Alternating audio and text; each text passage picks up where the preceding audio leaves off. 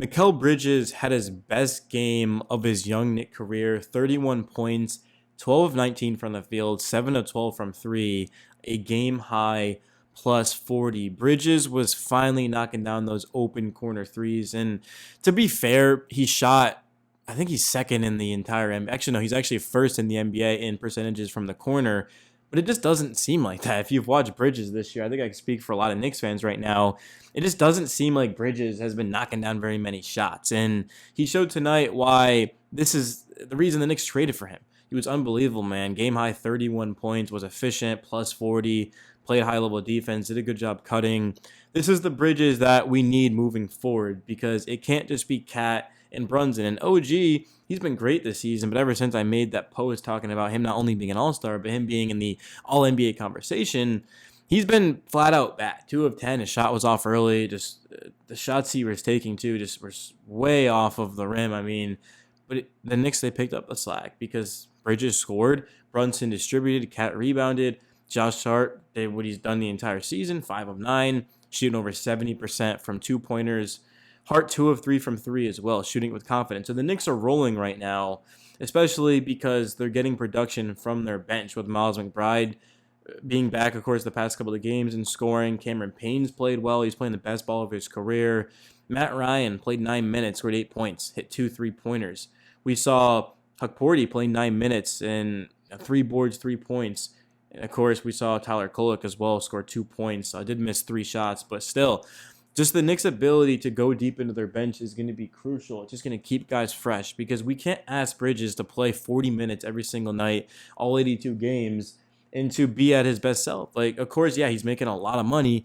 I mean, think about it. Mikal Bridges is making what, like $20 million a year, somewhere around those lines. That's a ridiculous amount of money. So yeah, it's fair to ask him to be in the best shape possible. But Tibbs, he needs to realize that if we want Bridges to play like this every night, well, okay, 36 minutes is better than playing 42 minutes, right? That's going to add up over the season. So I do think we need to deepen our bench. When Achua and Mitch come back, certainly that will help. But I like seeing with 9 minutes left, all of the bench coming in, Tibbs just emptying. We won't be able to do that every single night because we don't have the deepest bench. We've got Campaign and we've got McBride, but outside of that, there's a lot of liabilities. I mean, Sims played 23 minutes tonight and a 13 rebound. Sims was amazing tonight. Plus 16, 4 points. Sims, when he's at his best, is unstoppable. He reminds me of just when you get takeover in NBA 2K and you're just throwing guys around, getting the rebounds. I haven't played 2K in years, but there was this one takeover where you literally would just throw guys off you like the Incredible Hulk, man, strength, and that's what Sims was tonight. But just consistently, we haven't really had the best bench production. We actually have one of the worst scoring benches in the league. Last season we did, this season we did. So we don't have the financial draft capital or the money to be able to make trades. So we're going to be relying on health and guys, just young guys too, even stepping up. I mean, Bacome Dadier was sent down to Westchester, which didn't make a lot of sense because he had been playing high level defense, and he's an athletic, lengthy wing. Bro, of course, pause, but that's the thing about Dadier is that he was giving us minutes. We just need guys to give us minutes to help keep these starters fresh. Because imagine if the playoffs start and the Knicks are 100%. Or close to it even, and Bridges didn't have to play 82 games, 40 minutes a night. Cat, of course, has help with Mitch and Achua out there getting rebounds and playing physical. I mean, it's going to be on, but if we go up against the Celtics, let's say in the second round of the playoffs, we got to have all hands on deck. And it seems like Tibbs is still trying to figure it out, but if he can get this from Mikal Bridges moving forward consistently, I mean, it doesn't have to be 31 on this efficiency, but if we can get 20 or more on good splits and high-level defense from Bridges, it'll be worth the picks because if the Knicks want to win a championship, they needed a wing like Mikal Bridges. They didn't need all of those kindergartners right now or whatever. I don't know, however old they are. Like that wasn't helping us win a championship, especially because we were all in. Traded for Cat, paid OG.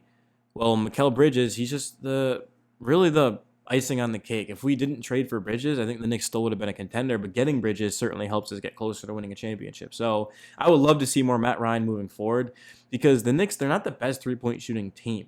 Statistically, their starting lineup is very, very good. OG, above average, Cat elite, runs in elite, Hart is like about average, and then Mikal, 3-point wise, is bad, but from the corners, he's actually the best in the league. But then off of our bench, I mean, yeah, we got Miles McBride, Campaign, who are shooting it really well. But I don't know, we're just not a good 3-point shooting team, man. We've had games this season where we've been lights out from three, but I'd have to look up the actual percentage. Maybe we are, but just from watching these games, it doesn't seem like we're the best 3-point shooting team. I mean, when you have Brunson and Cat, that helps, but just outside of that, it doesn't seem like we're really scaring teams from three. And we're also giving up a lot of threes as well on defense.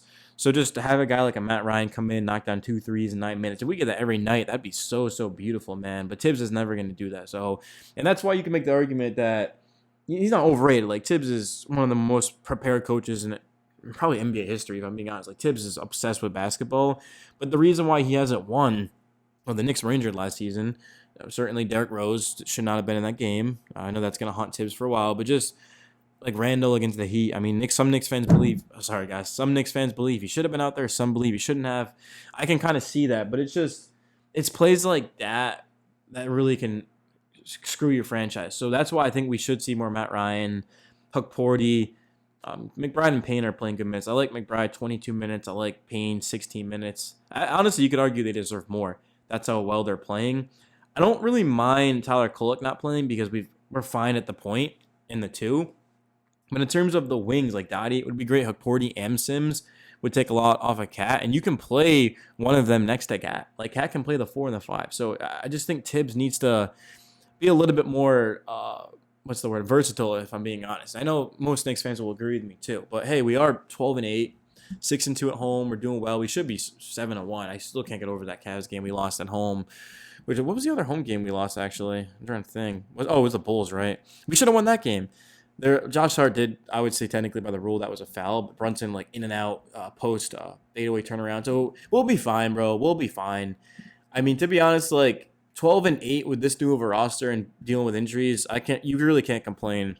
But we've got Orlando. If we lose that, we're out of the in-season tournament. Then we've got Charlotte, Detroit, Toronto, Minnesota, who's playing terribly right now, New Orleans, Toronto, San Antonio. Orlando's going to be tough, man. They're red hot since losing Banchero, which makes no sense how good he is and the type of season, all-star season he had last year, but they're red hot. Franz Wagner is going to be tough to deal with. It's also my birthday. So if we lose my birthday, I'm going to be very, very disappointed. Now, if I'm being honest, now in the video on this, I don't know if I'm going to have a video out Tuesday night because it's my birthday and I'm going out with my girlfriend and family friendly. But yeah, I don't know if you guys can put 2 and 2 together, but I will have a video out whether or not we win or lose on maybe Tuesday night, but probably more towards Wednesday, if I'm being honest. So expect that, guys. But let me know down below in the comments your thoughts on the game, the Knicks season so far, Mikal Bridges.